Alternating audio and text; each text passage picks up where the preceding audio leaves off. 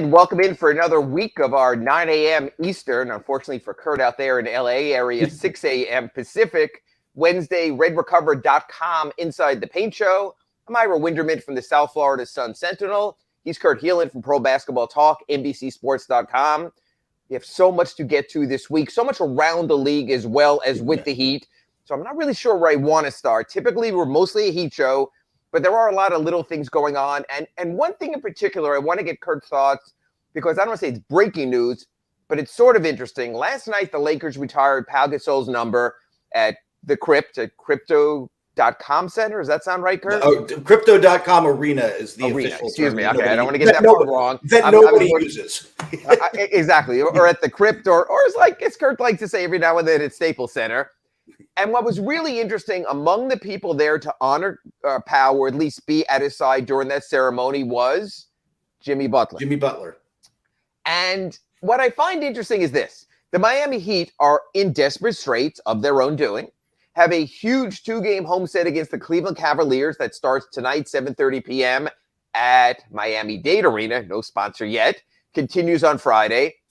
Kurt, number one, how surprised were you to see Jimmy Butler out there? But more than that, because this goes to what we were talking about, Big O, in our crossover here, and team control and what they can get players to do or not to do. If you were coach, general manager, or owner of the Miami Heat, are you glad to see Jimmy Butler being loyal to a teammate and showing the kind of teammate he is? Or are you saying to yourself, what the hell are you doing out there flying cross-country for 8 or 9 total hours when you have a big game coming up on Wednesday? What was your reaction, number one, when you saw Jimmy Butler? What are your thoughts about Jimmy goes cross-country? I literally double-checked the schedule. I'm like, they're not out west, right? They're not even on this coast. What are they doing? What's he doing? I was kind of confused. I'm like, is he supposed to be in Cleveland? I double-checked. I'm like, maybe I missed something, and they're just in Sacramento. But no, it was – I mean, it's hard to be mad at a guy, especially it's very Jimmy, to be loyal and fly, hey, I want to be there for this. So I get that. It's a little hard to be mad at him, but I think you kind of hit the nail on the head, which is you just had the 2 big wins in Atlanta. There's some momentum building. Here's an opportunity to really kind of – it's not going to be easy to get into the 6th seed, but as I'm sure we'll discuss, 7 matters, and there you are halfway across the country. If he has a bad outing, you know what everyone's going to say. I'd be a little frustrated. And the reason I bring this up is, again, if it's a player's day off. Now, what's interesting was the Heat originally were scheduled to have practice before the game. We saw that on the whiteboard in the locker room where they announced the schedule coming up. Actually, they used a video board. We came in after the game against Atlanta. Practice was canceled, which is not unusual, Kurt, in the NBA. You might have somebody scheduled, the player gets injured, guys play big minutes. It's a close game, which it was against Atlanta here in Miami on Monday. So I can understand all that. And then they cancel practice. So you sort of, hey, on your off day, anyone can do what we want and do as we please. But what I've seen more and more from the sort of hard, iron-fisted NBA coach and organization telling players, you will do this, this, and this, it's becoming more of players telling teams what they will do. For example, you're out there in LA. You cover the Clippers as well. We've heard stories for years since they've coaxed him away from Toronto that the Clippers allow Kawhi Leonard to do anything he wants. To commute to his home, to come up late on game days, maybe to schedule practice around him. We've seen other teams do it. The Lakers certainly have done it for their players over the years. Darvin Ham obviously was brought in to a degree be a player's coach and coax these players through. Tyronn Lue is really given into his players also as well. Is this just de rigueur of the way it is in the NBA? Should we not be surprised? Should we not be annoyed about how much of a players' league this is? Or, Kurt, since you do write for Pro Basketball Talk and might have a seething and searing take if they lose tonight, should there be a certain expectation from players that the business at hand, Pat Riley likes to use the phrase, you've got to keep the main thing the main thing. Yeah. Is the main thing anymore for NBA players? I think that's the issue, right? It's not that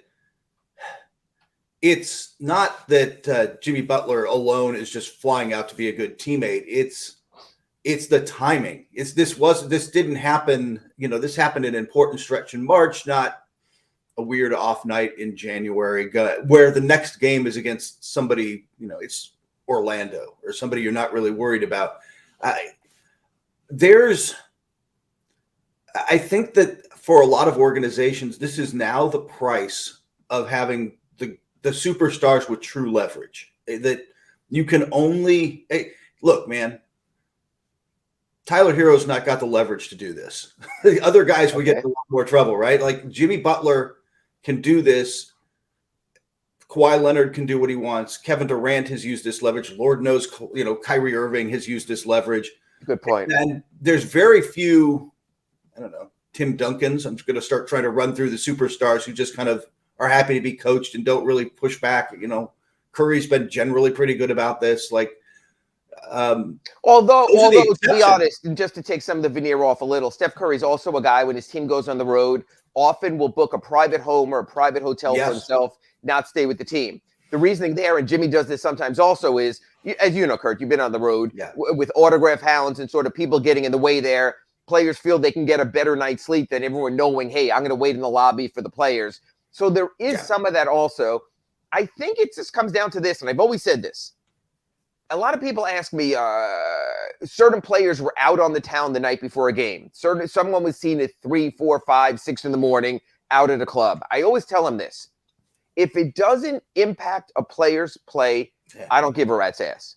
If Michael Jordan, before playing the Heat in a playoff game, is going to play 36 holes of golf with Ahmad Rashad and then come in and be Michael Jordan, whatever it takes, I have no issue with that either. So a lot of times I'll get pictures from someone, or they'll come up with a TMZ report. Hey, did you see so-and-so? My only thought is, if it doesn't impact that player's play. Now, if Jimmy comes out tired, if Jimmy shows up on the injury report for load management or rest management or fatigue, hey, then all bets are off. Then I not only talk about Jimmy Butler being out there, God bless him, celebrating Pau Gasol, a former Chicago Bulls teammate, but I also look at management and ownership and hey, you guys are in charge of this also, of keeping it in the right place. So I think this is a story that remains to be told. Jimmy is Jimmy on Wednesday. Jimmy is Jimmy on Friday. Have no issue. It'll be interesting. Friday's a home game against Cleveland. Saturday's a back-to-back in Orlando. If you get a load management day there, then I think that changes the equation a little bit. And I think you do raise a little bit of more question. So that's the Jimmy Butler issue. Big O sort of gave us our topics today. I know we didn't get a show sheet ahead of time, so we'll veer a little. Number 2 is the Ja Morant story this week. And this is interesting also from a Miami Heat perspective for this reason. The Heat, after they go to Orlando on Saturday, their upcoming schedule, we'll get to this on the end of our RedRecover.com Inside the Paint show, our third segment. We can go over the Heat's upcoming schedule, but they're Cleveland tonight at home, Cleveland at home on Friday, at Orlando on Saturday, home against Utah on Monday, and next Wednesday, they have a game against the Memphis Grizzlies. When the Grizzlies, and I don't even know, Kurt, matter of fact, I'm going to defer to you on this. You're better with Western Conference teams, and you do a lot of good writing at Pro Basketball, talk about this. Has this ever, the 2 games that he's away from the team, has it ever formally been described as a suspension? No. In fact, I went specifically, I went to see Steph Curry's return on Sunday thinking, oh, that'll be a nice day. And then I'll just dip out before the Clippers-Grizzlies game. And that isn't how the day ended up working out. I got to spend way too much time at the crib. Right. Anytime you eat 2 meals in the same arena, it's a long day. They are not calling it a suspension officially, and it'll be more than 2 games. He's away from the team. I believe this means, and something's not been discussed, but what's been implied is he's getting paid still. They have not. Yeah, he is not.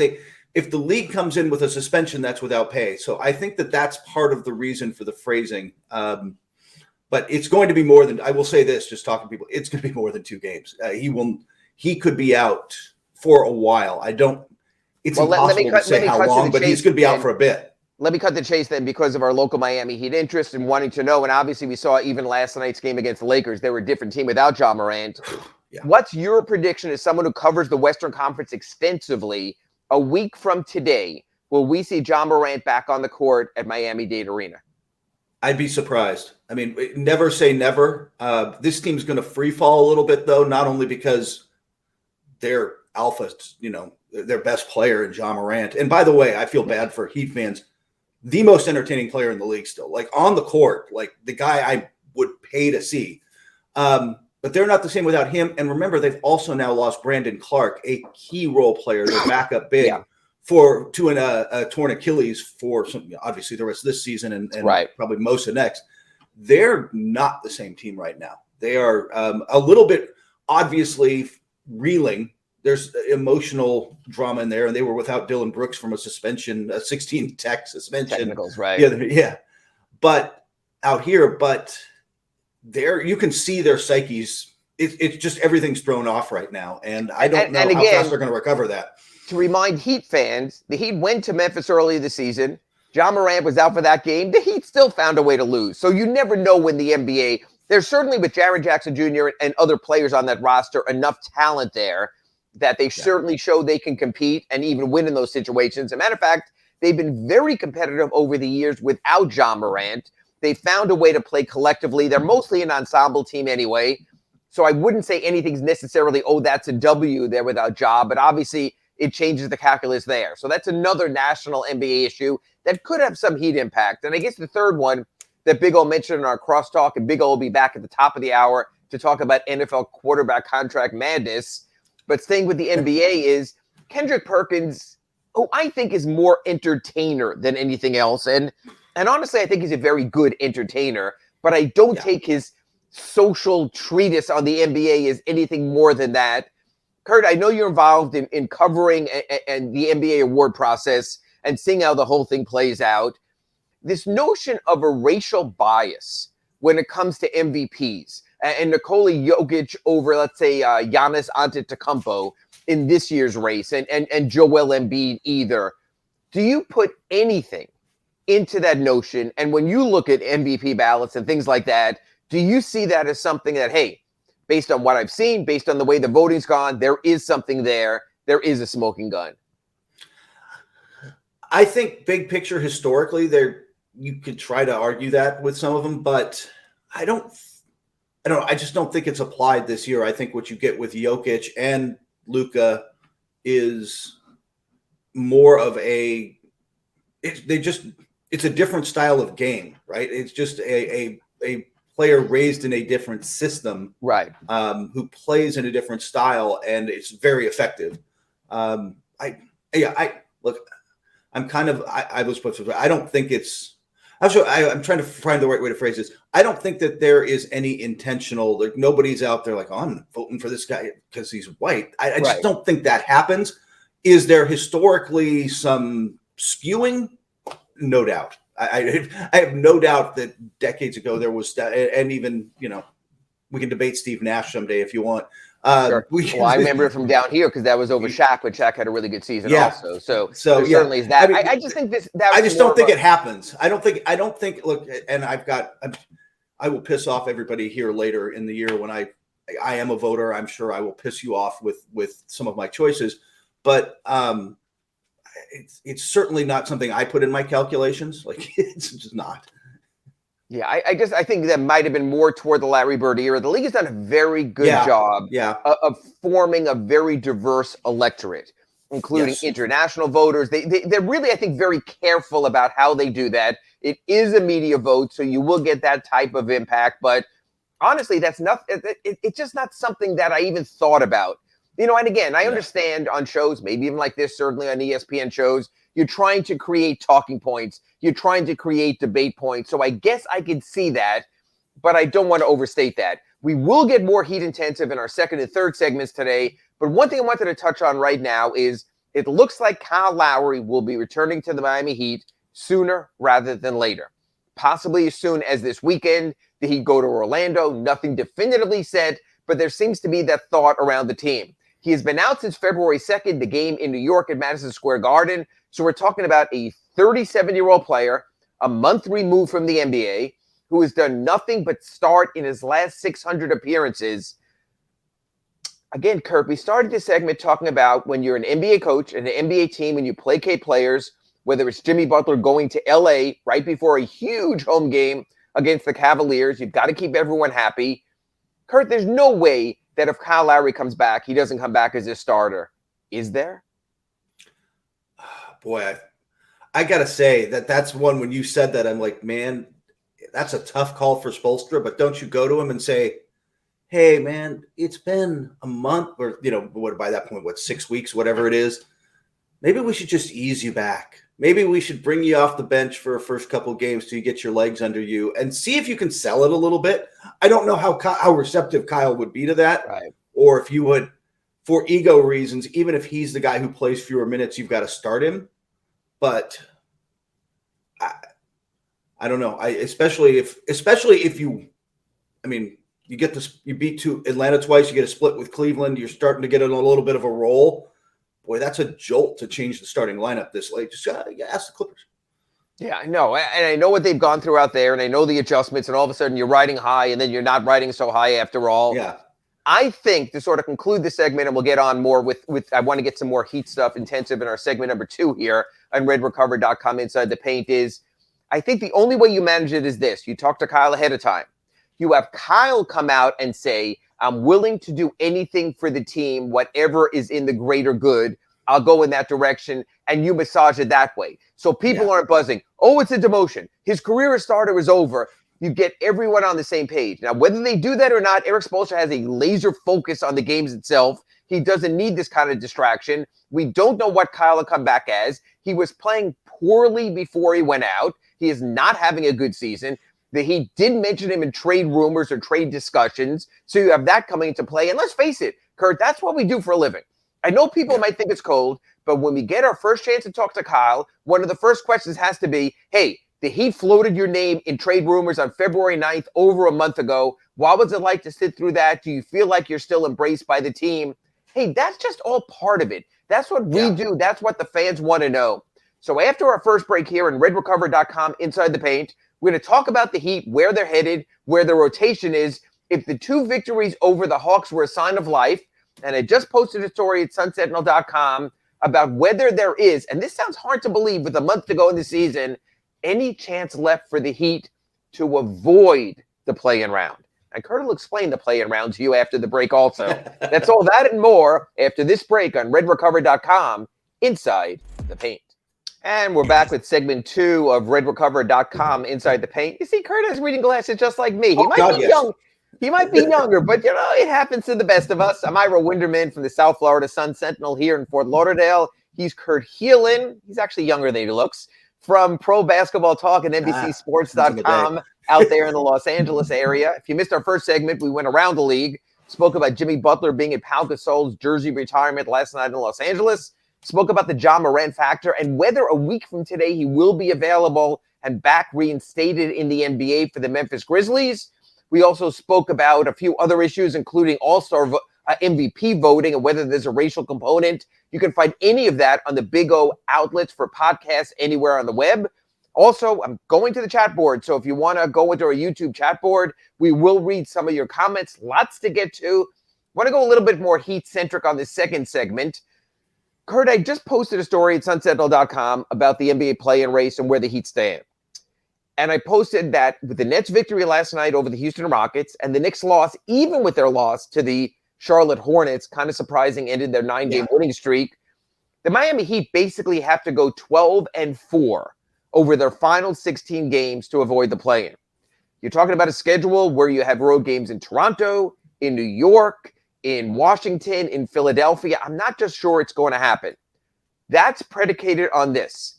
The Knicks and the Nets both winning the majority of their remaining games. In other words, the forecast I used is after last night's game.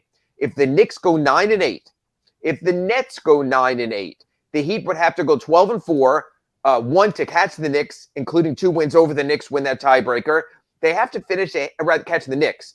To finish ahead of the Nets, they have to finish a game ahead because they've already lost the head-to-head tiebreaker. They're 0-2 in that 3-game series. To go 12-4, the Heat would have to play their best sustained basketball of the season. Yeah. They certainly had their moments against Atlanta, but again, those were both clutch games within 5 points in the final 5 minutes.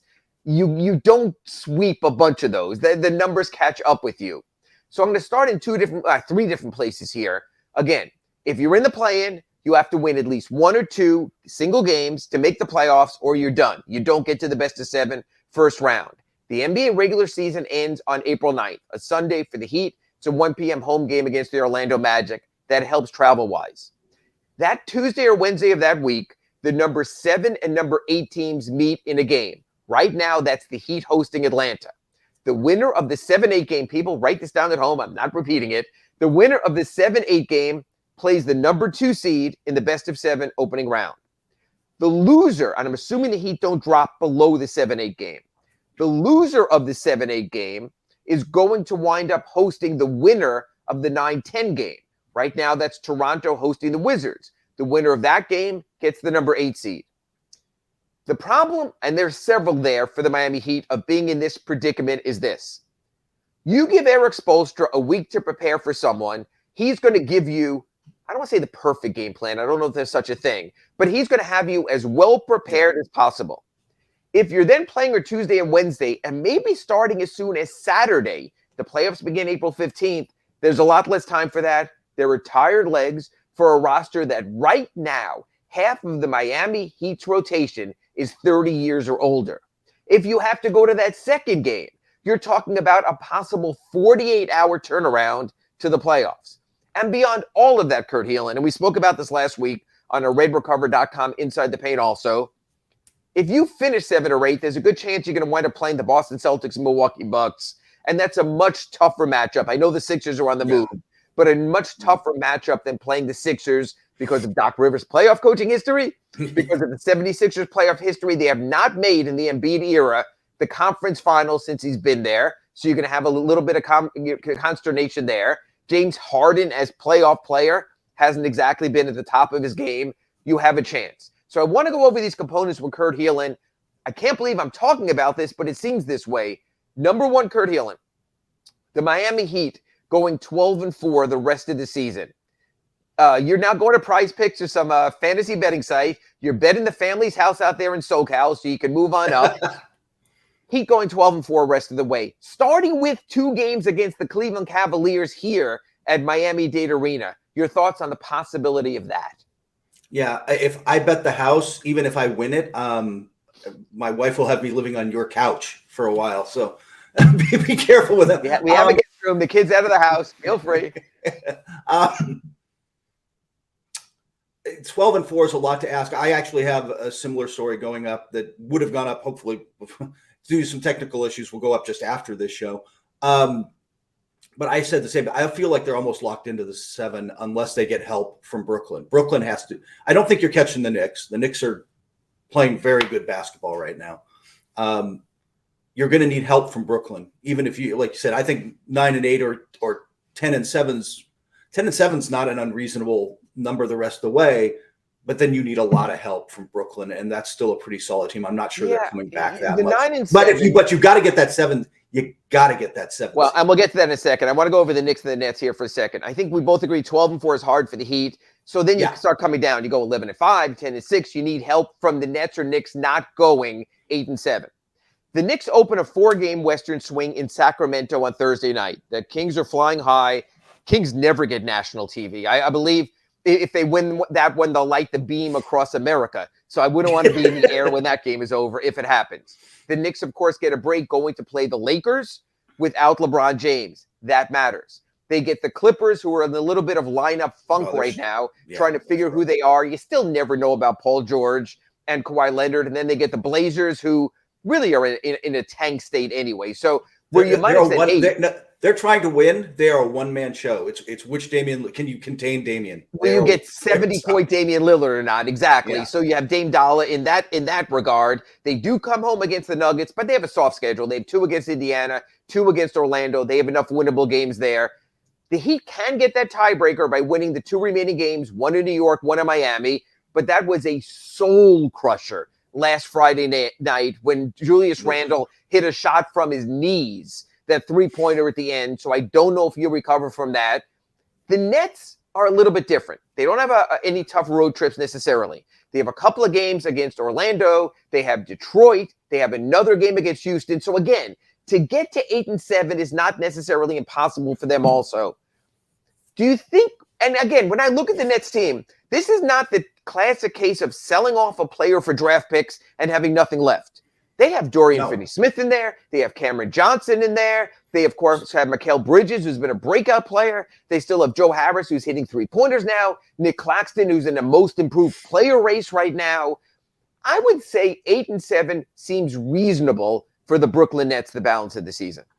Yeah, it is. I think that because they don't own their own picks the rest of the way, they all go to Houston. There was no point in them doing the Utah Jazz, the race to the bottom, selling everybody race to the bottom, because the value in that is having your own pick to use. They don't have it, so they got Spencer Dinwiddie's in there still. I think they've got they've got quality players all over that roster, good solid role players who can. They're not an easy out. They're a tough team. And by the way, you mentioned Orlando a few times. Orlando's not an easy out right now. They play hard. They've been playing really well. When I try to say soft or not soft, I looked at Orlando, another team that a lot of these teams play, the Heat don't, but the Knicks and the Nets do, is the Timberwolves. Now, if Karl Anthony Towns comes down, and we've been waiting forever for that, they're a different team. They can be very good on some nights, very awful on some other nights. So I don't know necessarily whether to put them as an easy game, as a gimme for the Knicks and Nets. Those schedules look fine. Here's my other point, and I raised this to you in our first segment. The Heat are now featuring 5 players who are 30 or older in their primary rotation. You have Kyle Lowry at 37, Jimmy Butler at 33, Kevin Love at 34, Victor Oladipo at 30, and Cody Zeller at 30. That's half, if not more than half, of your primary rotation. The Heat have 4 back-to-back sets left. They have one this Friday at home against Cleveland and that at Orlando. After that, they have 3 road-only back-to-back sets. At Chicago and Detroit is one of them. At Toronto, New York is another one of them. And the last week of the season at Philly and Washington. The Heat don't quit. We know that. They have their mantra. They wear their jerseys. They have signs. They're the hardest working, best conditioned. As I like to continue that whole saying, and blah, blah, blah, blah, blah, team in the NBA. Okay, I get all that. Do the Heat have to say to themselves, hey, we're going to have 2 must-win games possibly the week of April 9th.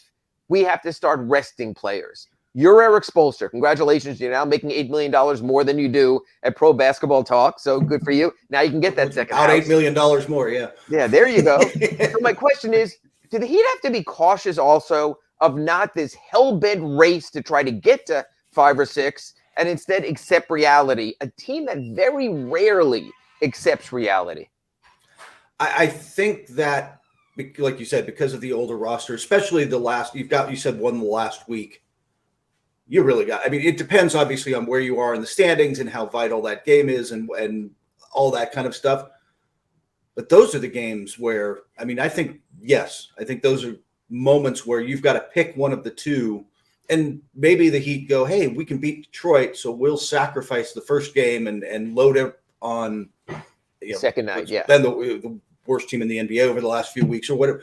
Pick your spots there and get the wins. But yeah, I think with that kind of roster, I don't think they're the only team doing it. I think teams with younger rosters are doing it too. But I think you kind of hit the nail on the head. If you have that must-win, potentially 2 must-win games over that week right after the season, then you have got to get the legs rest before that moment. And I think, like you mentioned, Kurt, and I thought it was a very cogent point also, is you also have to assure that you are getting that number 7 seed. That number 7 matters, because when you're the number 7 seed, you do get home court in the first round. Well, not first round, in the first round of the play-in. You win that game, you're off to play number 7. It's still a tenuous 2.5 game lead over the Hawks. It's really 3 because the Heat have the tiebreaker. But even tonight, the Heat are playing the Cleveland Cavaliers. Both teams are rested. The Hawks are home against a Washington Wizards team that literally went to the last 1/10 of a second last night to eke out a victory in Detroit. Atlanta will want to bounce back from the 2 losses to the Heat. So the Heat-Hawks situation there could be down to a game and a half by the end of tonight's play. So the Heat do need to stack some wins also to be careful there.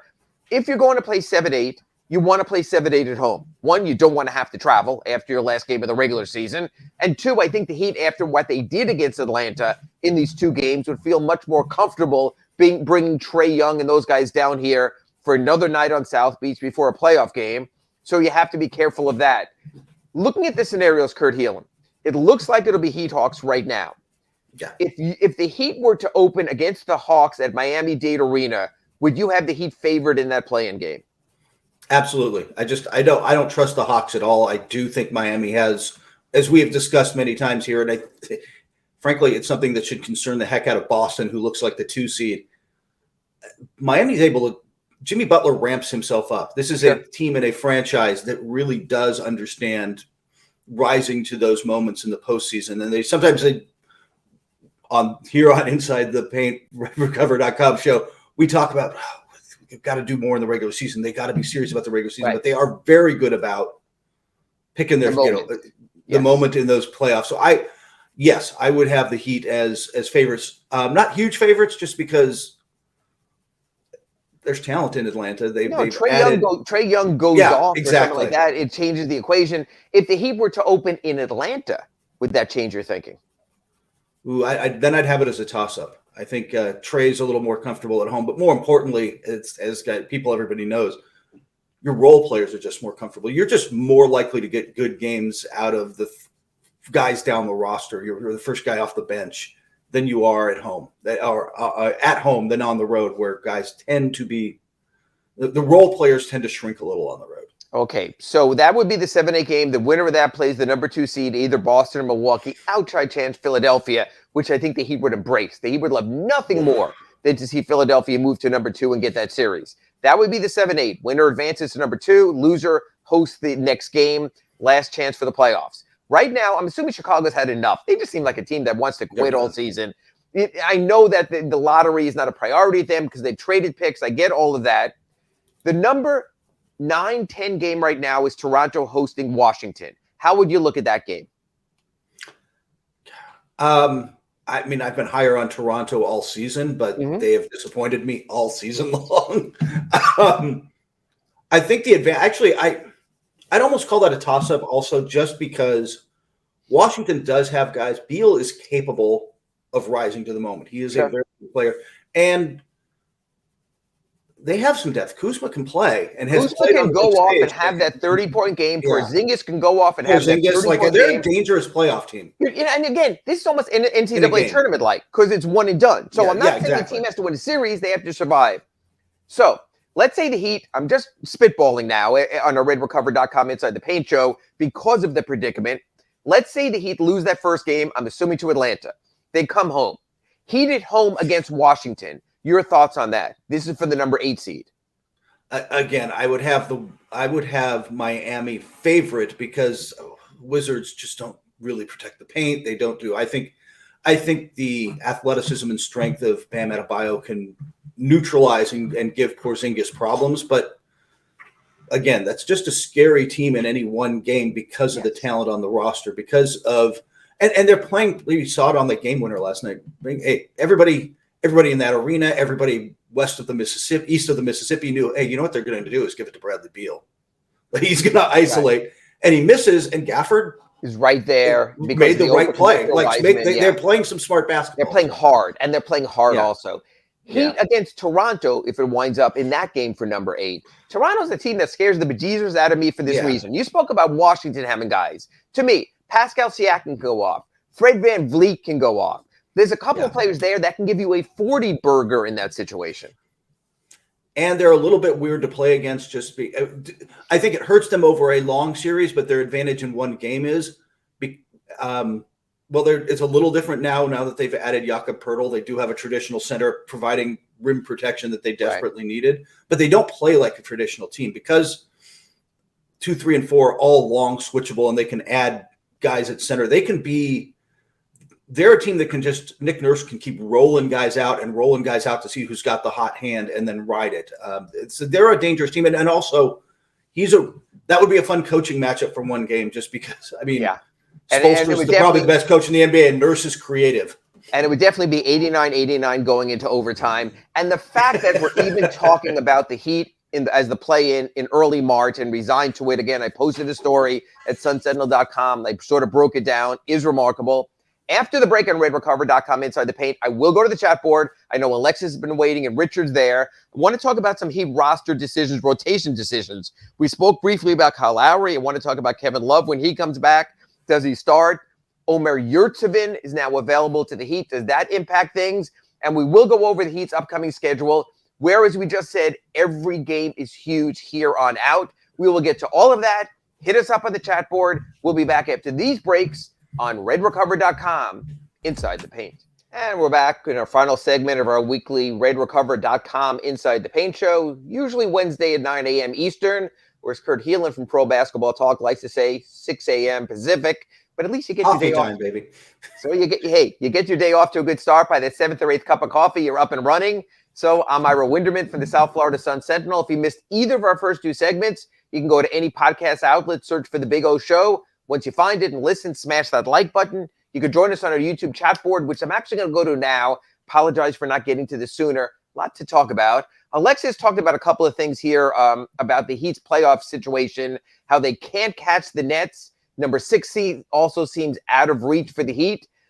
And the Heat aren't going 12 and 4, as I mentioned, which they probably will need to finish to get out of the play-in.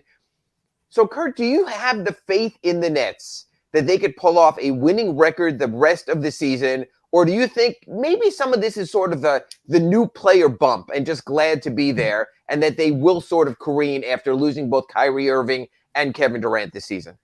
I don't think they'll careen, but rather than being 9 and 8, they had 17 left, 9 and 8, I could see 8 and 9 or 7 and 10. Like I don't think they're going to fall off a cliff. There's just too many solid players there, and they're well coached by Jacques Vaughn. But they lack that. Obviously, now they just traded them away. They lack that elite talent, right? They lack the guy you can just throw the ball to and go get a bucket. And Miami has that. Other teams have that.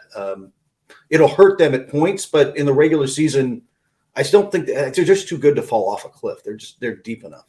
And Richard chimes in here and he says the Heat don't have a championship roster, and if they make the playoffs, they'll be out in the first series. Time to blow this thing up and change direction. Well, you're not blowing up right now because you're past the trade deadline. You're past the buyout deadline. You have before the draft to deal with that. The Heat do have their first round pick. But I want to clarify something here because I think it is important to talk about, Kurt, and it's this. If you lose in the play-in, you get seeded for the lottery. Now, you get seeded at the bottom of the lottery, and it also looks like the teams that don't make it from the East will have better records than the teams that don't make it from the West. The East has been trending better this season.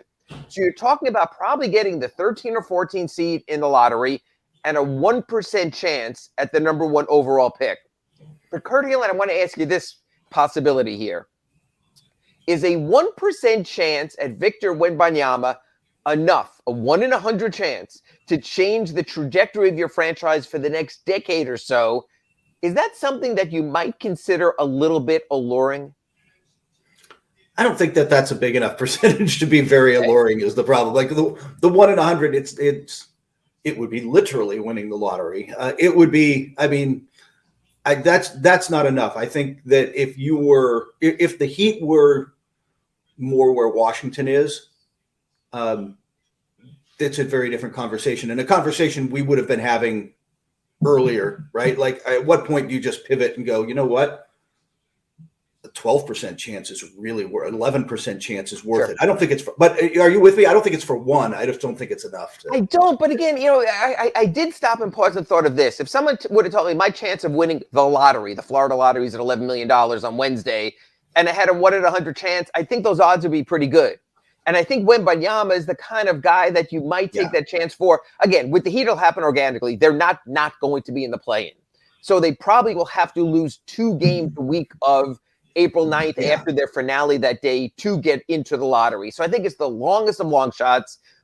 I can just imagine how it would change everything down here. I mean, I think every non-Miami beat writer would love the Heat to be contenders again, to get additional playoff time in the finals down here. So obviously people will be looking at that versus another 2 weeks in Milwaukee. So I can get all that. And how it I don't think sometimes fans realize what writers root for is places we want to go to. Location. Yeah. I am desperately rooting for the New Orleans, Miami, Kurt gains 20 pounds finals one year. Well, and you know what? And I got all the proper food trucks to show you and take you around town there. So you'd be taken care of. We've always joked that the Heat, when they made the finals in that 4-year run, God bless Dallas, but maybe not in the utter top of the list. Those years. Those such Oklahoma City, the second year when the Heat won their first title, and then a pair of San Antonios. And I got to tell you, folks, that Riverwalk is like 3 feet deep. You ain't drowning in that. You have to go out of your way right there. And it's as touristy as they can get, including you will sit at one restaurant and all of a sudden notice they're bringing the food out of the kitchen of another restaurant. And you realize that the same guy owns all the restaurants there up and down the Riverwalk. So, hey, nice place to take the family maybe for a day or so. Don't know if a week in San Antonio is what you're looking for. But now it looks like there's a chance possibly for LA with the Clippers. Certainly the Warriors years were very fair and very fun to the NBA. Yeah. Direction. Again, it just is to sort of sum up what we're talking about in our first two segments is the Heat are sort of in a predicament of their own making right now. And I think they're going to have to align themselves with the play in reality, but they also are going to have to align themselves for who they are and what they are. Kurt, 2 weeks ago, we started this discussion. The Heat got Kevin Love in the buyout market, and he was intriguing. And he's had his moments with the Miami Heat. And then he's out for Monday's game against the Hawks, and the Heat moved Max Strus in the starting lineup, a three-point shooter. They have their best three-point shooting night of the season. They get a more active and more involved Caleb Martin off the bench. Kevin Love might return tonight. You know he's going to want to return from that rib injury if he can to play against the Cavaliers, the team that brought him out, the team where he won a championship. Is Kevin Love locked into the Heat starting lineup? Or do you think the Heat still can use this month to experiment? He shouldn't be. I think that you saw over the last couple of games what, whether you start Strus or go back to Caleb Martin, like I just think you get more out of it. I think that I was surprised to see Love start that quickly. Yes. Even with what he brings in terms of look, he's still a great rebounder and then a dangerous offensive rebounder. We saw his outlet passing, how much that can really help pick up the pace of your thing. But to me, it's just not as consistent play in and play out. They're also, by the way, I've got a question for you. Are they going to continue to stagger Jimmy and Bam? They're going to stagger, but they've learned their lesson. They've got to have one on the court at all times. And that tells you about roster flaws when you have to play that way with a 33-year-old player and keep him on the court like that. There is something that goes on every night here at Miami-Dade Arena, a little bit less people watching on TV on the road. When is Jimmy coming back in the fourth quarter? He sits at the top of the fourth. Spoelstra prefers 7 or under to bring him back. It gets very tenuous. You can hear the hush in the crowd. Everyone is watching Jimmy on the bench, waiting for him to walk to the scorer's table to see if he's going to get in. So that's become an issue because if you're that reliant on two players, it tells you really who the other players are. And this notion of a Heat Big Three with Tyler Hero is they're simply not there yet. I do want to get back to Kevin Love from this perspective. And Kurt, you know how the NBA works. When a player hits the buyout market, they look for a few things. Sometimes it's money, but rarely. Usually they're high-paid players who are already getting their guaranteed money on their contract. Then it comes down to playoff race and having a chance to be in the playoff race and contend for a title. Anyone who went to the Miami Heat on February 20th thinking they were in prime position in the playoff race either overestimated their talents or the Miami Heat and where they're headed. Because I don't think even with that much time left in the season on February 20th, anyone saw in the East with Boston, with Milwaukee, with Philadelphia, with Cleveland as the Heat is a championship contender. So I don't think that's the prime reason Kevin Love came here. I do think the prime reason he came here is a guarantee of playing time. Maybe not a starting berth, but of playing time. My problem with the Heat, if you do not start Kevin Love, there is only one place left for him in the rotation, and that's at backup center. Because you're going to bring Caleb Martin off the bench probably anyway as your backup 4. Kevin is not that athletic that when teams go small that he can play for. So he's going to be replacing Cody Zeller, maybe Omar Yurtseven. And the one thing teams do when they get a player in a buyout market and they talk to his agent and they say, look, we think we can cast 14, 16, 18, 20 minutes for Kevin Love. You're not getting 20 minutes as a backup to Bam Adebayo because you're not limiting Bam Adebayo to 28 minutes a game. Teams have to be careful in this situation for this reason. If you develop a reputation of getting players on the buyout market by making promises of playing time and not delivering on those promises, come the next cycle of buyout time, it's going to be harder to get those players. Kurt, don't we see that all the time? That when it either comes to free agency or a player demanding a trade to get a role, or especially the buyout market, teams do come in and say, okay, we can offer X, Y, and Z. Agents talk, Players talk. They all communicate. Hey, this team promised us X and gave us Y. This is a good teams have reputations as player friendly, good for players, bad for players, or less good for players. That all factors in. It actually, especially on the buyout market, because like you said, if you're Kevin Love, you had options. You could have gone a bunch of places and Sure. made your choice.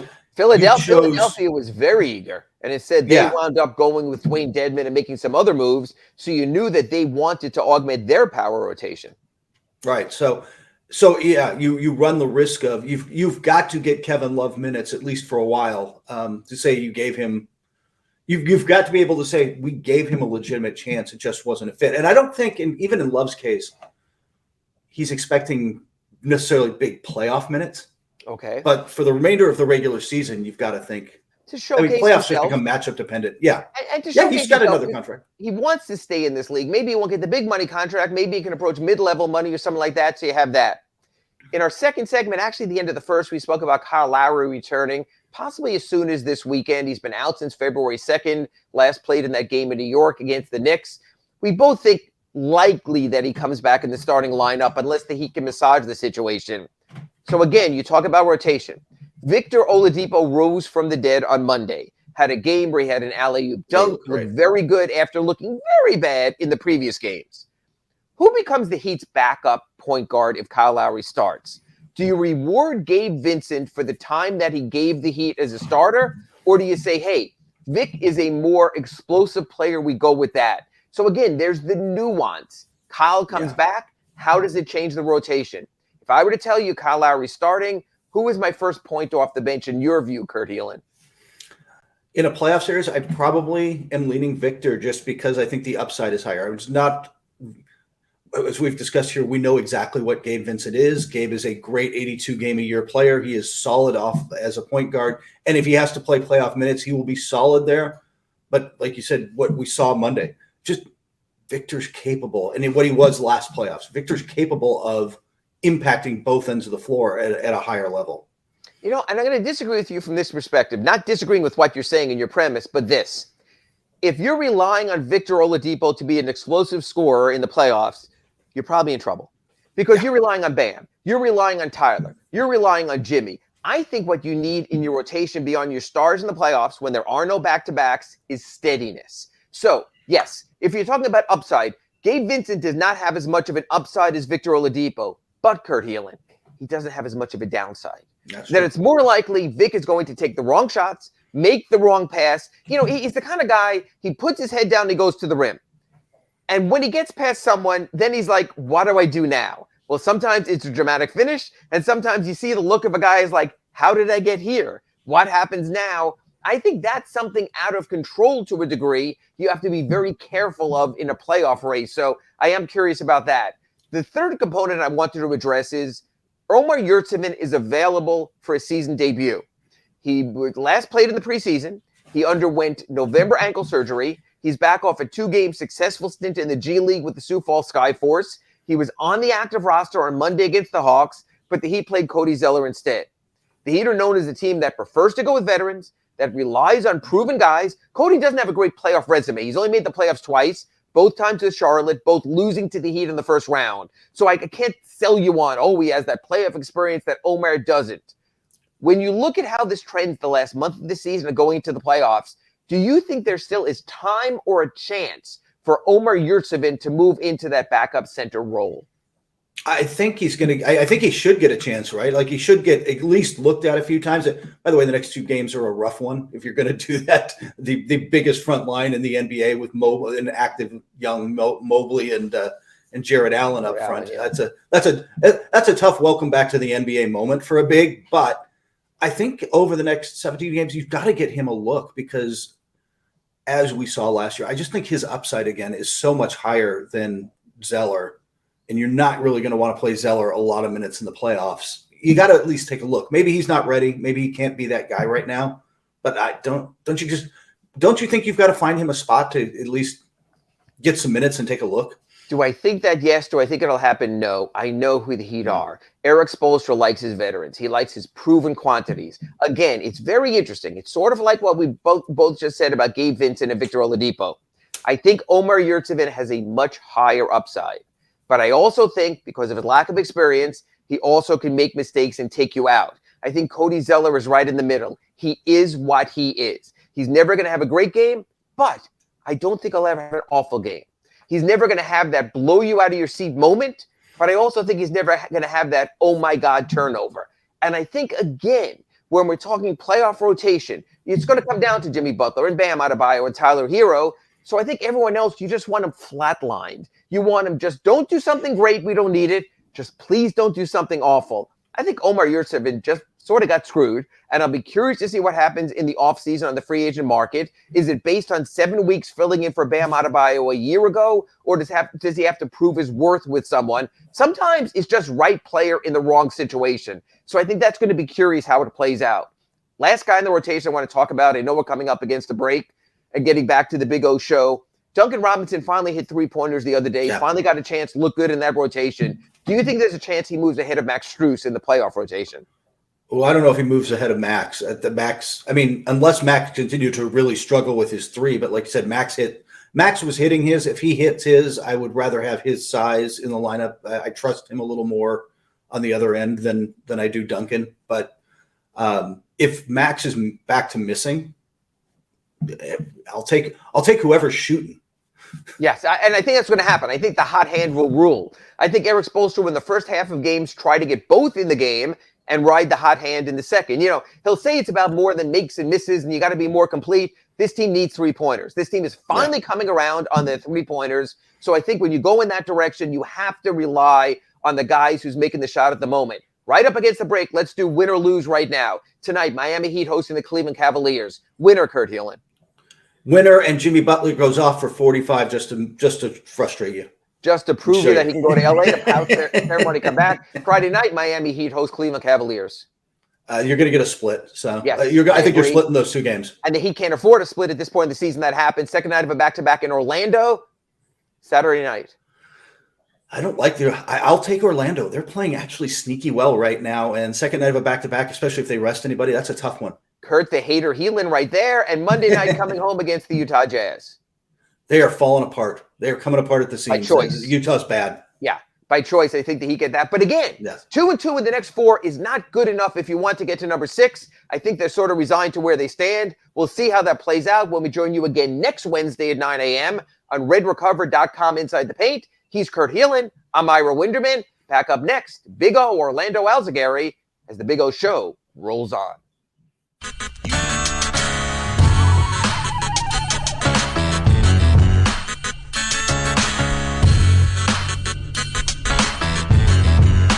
This is the Big O Show.